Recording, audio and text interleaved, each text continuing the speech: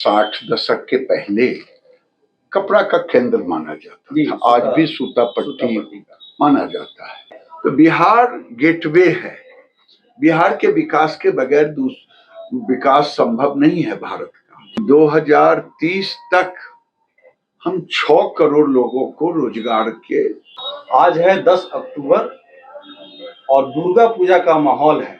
इस माहौल में मैं आपसे यह बात साझा करते हुए अति प्रसन्न हूँ कि आज जो है मुजफ्फरपुर प्रभात खबर का स्थापना दिवस भी है। वह स्थापना दिवस 14वां स्थापना दिवस है। 2010 में यह यात्रा शुरू हुई थी मुजफ्फरपुर से। तो इस मौके पे हम आज खास मेहमान को अपने दफ्तर में बुलाए हैं। इसलिए बुलाए हैं कि इस उत्साह में जो है शामिल हूँ, अपनी बात कहें और एक ऐसा माहौल बनाए जिससे हम पत्रकारों का आत्मबल और अधिक बढ़े। मेरा नाम है पवन प्रत्यय और आपने देखना शुरू कर दिया है प्रभात खबर। मित्रों, आज अष्टमी है और यूं कहें कि अष्टमी और नवमी का प्रवेश कल होगा। दुर्गा पूजा का पूरा माहौल है, मेला का माहौल है। इस मौके पे प्रभात खबर मुजफ्फरपुर यूनिट का स्थापना दिवस भी है। इस उमंग में हम आज जिनको बुलाए हैं वो कदावर नेता हैं, केंद्र स्तर के मंत्री हैं। उनका नाम मैं नहीं लेता हूं। श्री गिरिराज सिंह जी हैं, माननीय कपड़ा मंत्री, वस्त्र मंत्री हैं, जो कि आज मुजफ्फरपुर दफ्तर, प्रभात खबर दफ्तर पहुंचे। इनके स्नेह के हम आभारी हैं और ये साथियों के बीच अपनी बात भी साझा करेंगे। तो सबसे पहले मैं श्री गिरिराज सिंह का इस दफ्तर में शुक्रिया अदा करना चाहता हूँ। चलिए, बहुत बहुत धन्यवाद आपको। सर, आज तो स्थापना दिवस है प्रभात खबर का, लेकिन इस मौके पे मेरे मन में कुछ मंशा हुई कि जो आपका मंत्रालय है, जिस मंत्रालय से आप ताल्लुकात रखते हैं, तो क्यों ना बिहार को लेके कुछ जो संदर्भ हो उस पे संक्षेप में सवाल जवाब हो जाए। आपकी व्यस्तता है, मुझको पता है कि आपको कई कार्यक्रमों में जाना है। तो सवाल की शुरुआत करते हैं कि बिहार में जो कपड़ा का उद्योग है उसके विकास के लिए केंद्र सरकार की क्या क्या योजनाएं हैं? देखिए, कपड़ा उद्योग की चर्चा आपने की। मुजफ्फरपुर एक समय था, 60 दशक के पहले कपड़ा का केंद्र माना जाता था, आज भी सूता पट्टी माना जाता है। लेकिन बिहार की चर्चा जब हम करेंगे तो पूरे ओवरऑल चर्चा के बगैर बिहार अधूरा दिखेगा। भारत में अभी कपड़े का वॉल्यूम जो है 167 बिलियन डॉलर का मार्केट साइज है, जिसे हम लोगों ने 2030 तक 350 बिलियन डॉलर के साइज पर ले जाना चाहते हैं। उसके लिए हमें 20 मिलियन टन फाइबर की जरूरत होगी है, चाहे पॉलिस्टर हो, सिंथेटिक हो, जिसको लाइलॉन कहते हैं, जो भी हो, बेस्कोस हो, नेचुरल फाइबर, कॉटन हो, सिल्क हो, उलन हो। ये उसके लिए भी हम काम कर रहे हैं, देसी तरीके से भी काम कर रहे हैं। और जब तक रॉ मटेरियल नहीं होता और माहौल नहीं होता तो इंडस्ट्री को आने में थोड़ी सी कठिनाई होती है। मैं बिहार सरकार को भी धन्यवाद दूंगा कि कोरोना काल में बिहार ने चंपारण से शुरू किया, चनपटिया मॉडल, और मुजफ्फरपुर आज टेक्सटाइल हब के रूप में धीरे धीरे परिवर्तित हो रहा है। उम्मीद मैं कर रहा हूं कि अभी इन्वेस्टर मीट 4 तारीख को दिल्ली में रखा था। नीतीश मिश्रा जी ने मुझे भी बुलाया था। मैं इन्वेस्टर को आमंत्रित भी उन लोगों ने भी की थी, हमने भी की थी। इन्वेस्टरों को लेकर के जुलाई में ही, जब मैं सत्ता संभाला उसके महीना भी नहीं लगा होगा, मैं जुलाई में लेके आया था सैकड़ों इन्वेस्टर को। मुजफ्फरपुर भी लोग आए, देखे, एक माहौल क्रिएट हुआ है। और उस माहौल में हम गारमेंट को प्राथमिकता दे रहे हैं, क्योंकि रोजगार गारमेंट सेक्टर में मिलता है। जब हम 15 करोड़ इन्वेस्ट करते हैं तो लगभग 2000 लोगों को रोजगार देते हैं। और बिहार सरकार ने, नीतीश कुमार जी की सरकार ने एक प्लग एंड प्ले मोड लाया है। ये लोगों में चर्चा का विषय है, उद्यमियों को अट्रैक्ट करता है। लेकिन अब हम रॉ मटेरियल पर भी काम करना शुरू कर दिए हैं। जी बिहार में निफ्ट जैसी संस्था है जो डिजाइनिंग में काम करती है, और मैं चनपटिया और मुजफ्फरपुर के बाद मैं बेगूसराय को भी उसमें लिया हूँ। जी वहाँ सेल्फ हेल्प ग्रुप को उसके साथ जोड़ने का काम किया हूँ। जी और मुझे लगता है कि हम 2 नए फाइबर आने वाले दिन में 6 महीने 7 महीने लगेंगे, जो यहाँ उसका पेटेंट भी हम करवाएंगे, उसमें लग गए हैं। एक है फाइबर जो लोगों को अनपचासा लगेगा।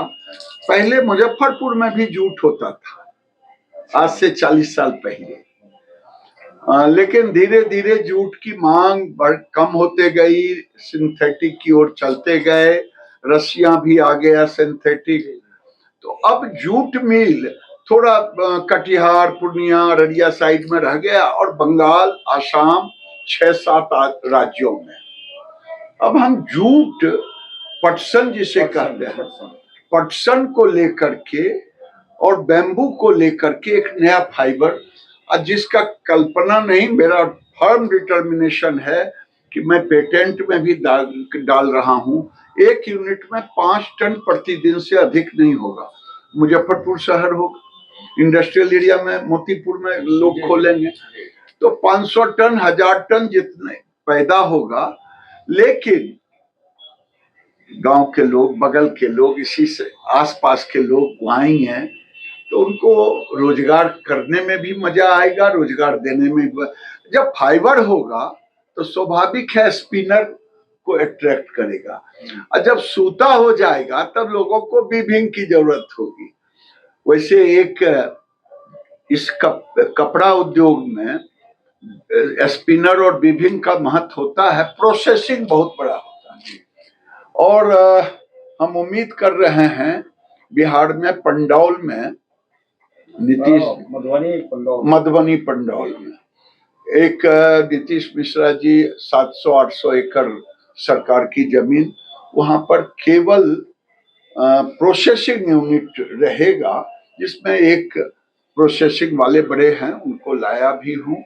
उन्होंने 4 तारीख को दिल्ली में हाँ भी कहा है। तो जब प्रोसेसिंग हो जाए, यूनिट बैठ जाएगा, जब स्पिनिंग और वीविंग हो जाएगा, तो बिहार का माहौल धीरे धीरे बदलने लगेगा। एक सवाल था मेरे जहन में, बल्कि मेरे जो दर्शक है उनके जहन में भी होगा, भागलपुर सिल्क को लेकर काफी प्रसिद्ध रहा है, तो भागलपुर की जो थाथी है उसको कैसे आप फिर से जो देखिए, दुर्भाग्य है कि भागलपुर का सिल्क हम कहते हैं, लेकिन वो कुकुन बांका में पैदा होता है। जी जब नजदीक से जानेंगे हम सब, तो भागलपुर जिले में कहीं कुकुन नहीं पैदा होते।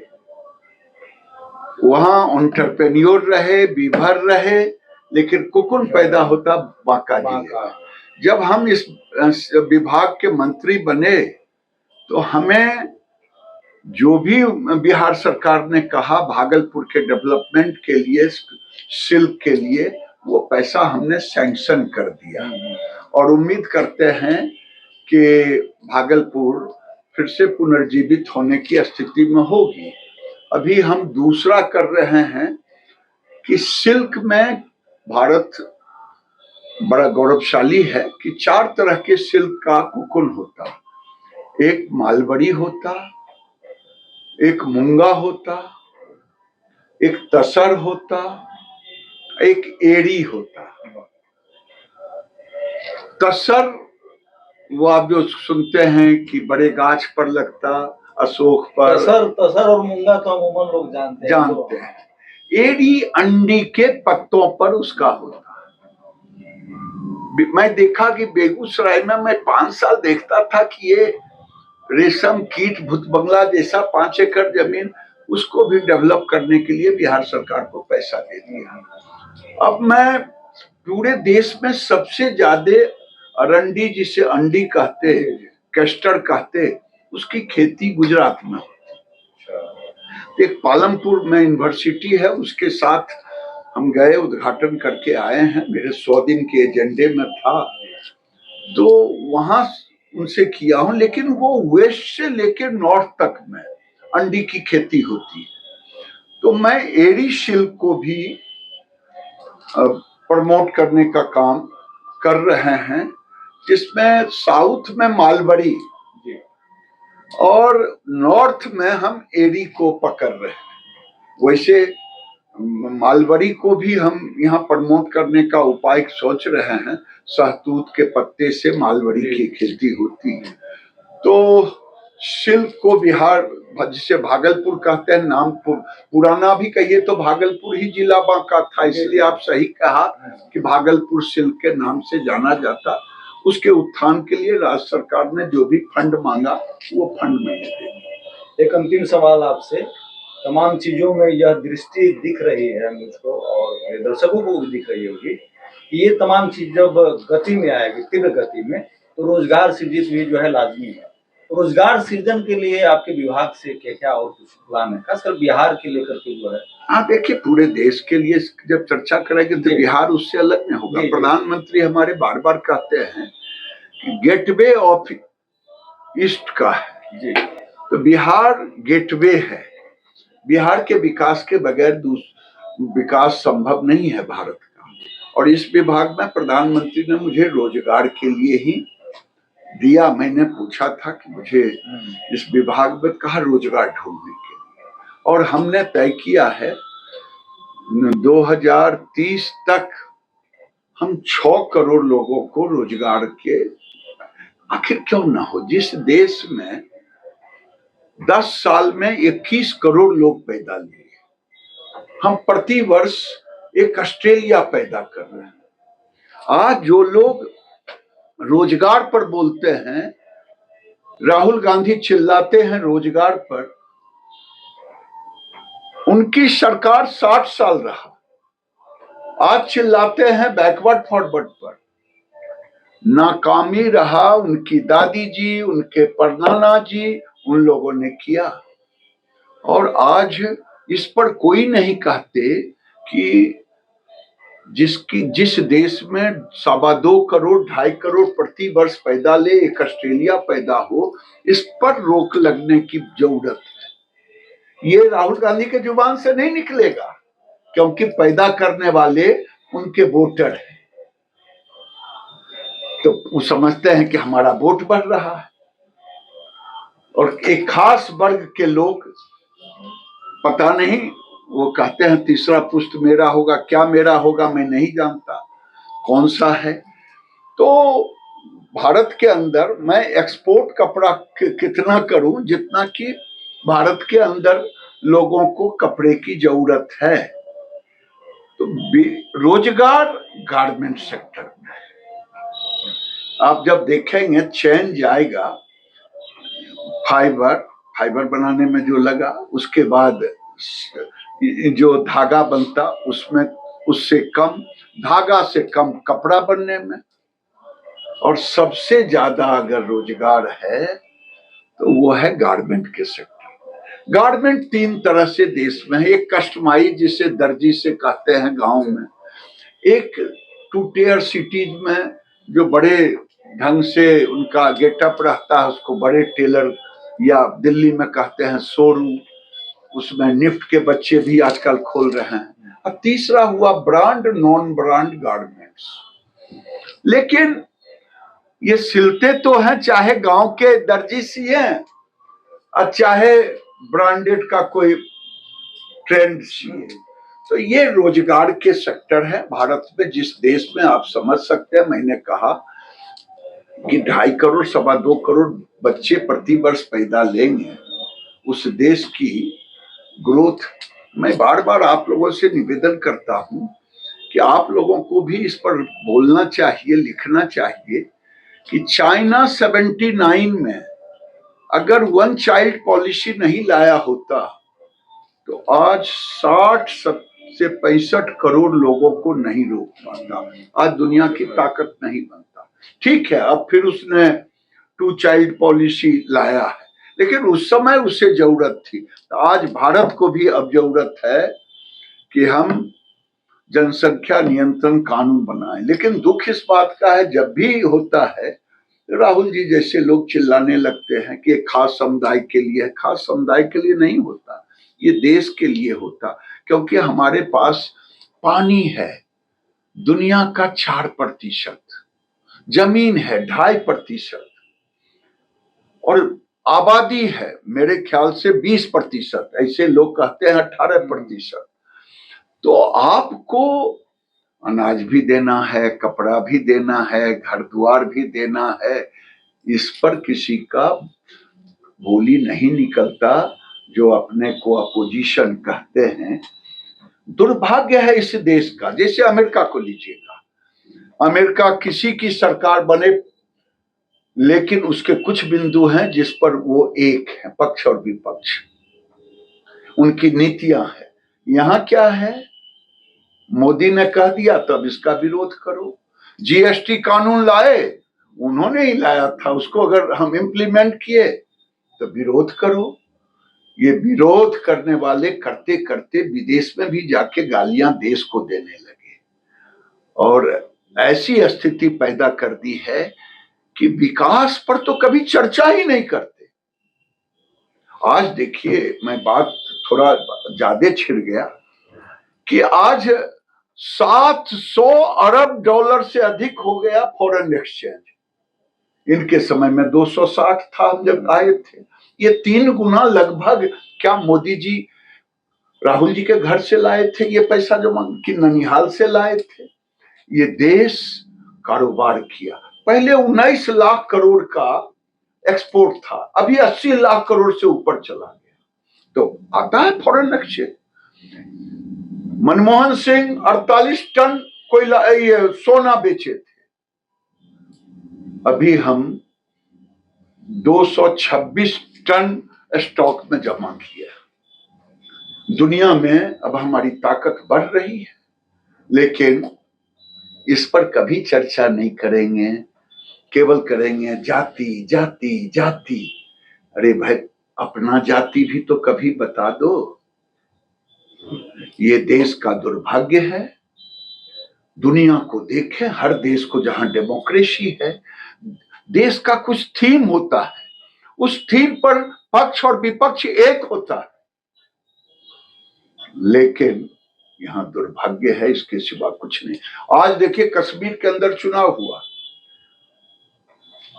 मुझे गर्व है कि मैं वहां जीता हूं, हारा नहीं हूं।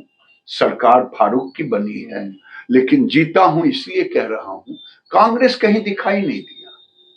हिंदू इलाके में उनके एक भी कैंडिडेट नहीं जीते, वो भी जीते मुस्लिम इलाके में, वो फारूक के कारण जीते, 6 सीट जीते। और 90 के बाद पहली बार शांतिपूर्ण चुनाव हुआ। ये लोकतंत्र की बड़ी जीत है, लेकिन इसकी चर्चा नहीं होगी। हरियाणा में ऐंठते थे, मोदी झुक गया, मोदी रो रहा है, ऐसा कैरिकेचर कोई विपक्ष का नेता करता है? छी छी छी छी। आप बड़े पद पर हो, बड़े पद की तरह बातें करो, लेकिन दुर्भाग्य है इतनी बेशर्मी कि तीसरी बार हारने के बाद भी सदन में बाहर कर, मोदी को हरा दिया, मोदी को हरा दिया। बेशर्मी की सीमा पार कर गए राहुल जी। और आज नरेंद्र मोदी भारत को आर्थिक ऊंचाई पर एक तरफ ले जा रहे हैं, तो दूसरे तरफ विवेकानंद के बाद भारत की डंका पूरे दुनिया में, चाहे अमेरिका हो, रसा हो, चाइना हो, किसी की हिम्मत नहीं है कि हमारे प्रधानमंत्री के सामने आंखें में आंखें मिलाकर हमें डरा दे। तो बहुत बहुत आपका आभार। गिरिराज सिंह भारत का डंका जो है पूरी दुनिया में बजवा रहे हैं, और कई बातें हुई, राजनीति की भी बातें हुई, लेकिन मूल बात यह भी है कि वस्त्र मंत्रालय में कैसे रोजगार सृजित होगा, कैसे रोजगार का दायरा बढ़ेगा और कैसे कारोबार भी बढ़ेगा, खासकर बिहार में और पूरे देश में भी। ये मेरे दफ्तर में आए, इसके लिए बहुत शुक्रिया। लेकिन आप लोग भी जो है अगर नए हैं तो मेरे चैनल को सब्सक्राइब कीजिए, सब्सक्राइब का बटन दबाइए, और लगातार इस तरह के नेताओं का इंटरव्यू सुनने के लिए आप जो है प्रभात खबर को देखते रहिए। बहुत बहुत शुक्रिया।